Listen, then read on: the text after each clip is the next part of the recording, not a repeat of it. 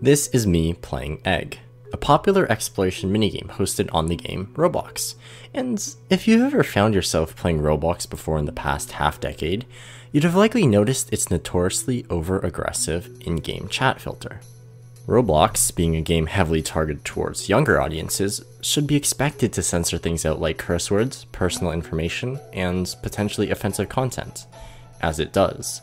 But the filter is also known for censoring out harmless words and phrases that can make it really difficult for people to say certain things. There are supposedly even cases of censoring out common words such as hi and okay under certain contexts. This had always seemed so strange to me. As a computer science student, I always wondered why they couldn't just say whitelist these words and avoid the hassle. But as the game stands, this is how it is. So that only begs the question, why is it that Roblox censors out these harmless words and phrases at all, and how did it come to be this way?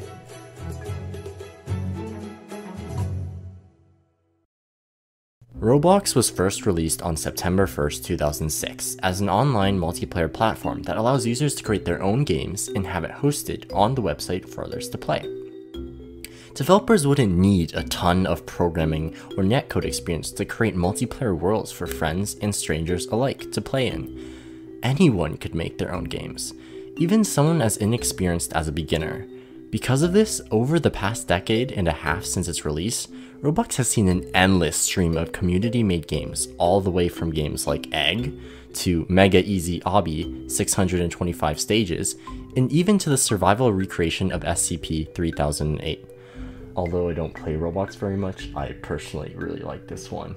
Needless to say, Roblox got very popular, and popular among children. And when your main demographic is children, it's really important to censor out harmful content like curse words and private information from younger players of the game. So then, as a developer, the intuitive solution to this was to create a pre-written blacklist of all the words that, when detected, would be censored out upon their use in Roblox forums and in-game chat. And that's exactly how it worked. With a system like this, developers could easily add new words and filters to quickly modify how the system censors and have direct control over the terms that get filtered out. Sweet! Now these players are no longer exposed to bad words in the chat from any of the other players, even if someone with malintent tried really hard to. Unless, maybe they aren't so protected after all. Say you were playing Roblox, back when they used the blacklist system, very determined in trying to see if you can get a bad word past the filter. It doesn't take a genius to manage to say it uncensored. You could add a space here, or maybe change a letter to a number here, or add an extra letter here. And maybe if you're really clever, you can start using Unicode character weirdness. Those of you who are familiar with some of the weird characters in the UTF-8 encoding standard would probably also think of using special characters like empty set, upside down text, whatever this is, or even the zero width space, a character that not only doesn't show up, but takes up no width. Why does this even exist? And unless someone wants to type in absolutely every single permutation of every word in all its forms, for all bad words past and future to come, the blacklist system isn't gonna cut it. So if it doesn't really stop someone from spouting off, what do the people at Roblox do? Well, they outsource the censorship. To who, you may ask? To 2hat, a company with this really cool new content moderation system called Community Sift. And they're using AI to learn and figure out what words are bad and which aren't. AI? Like robots? Not quite. Closer to like, well, never mind. But what's important is that with this new system, all of a sudden, the filter can detect all sorts of tricky, unconventional spellings, and constantly is able to adapt to evolutions in online speech. What could go wrong? This is what's known as a false positive. The filter thinks it has a flagged word, but in reality, it doesn't. It kinda sucks, especially when the chat filter has so many of them, where it can make it difficult to speak.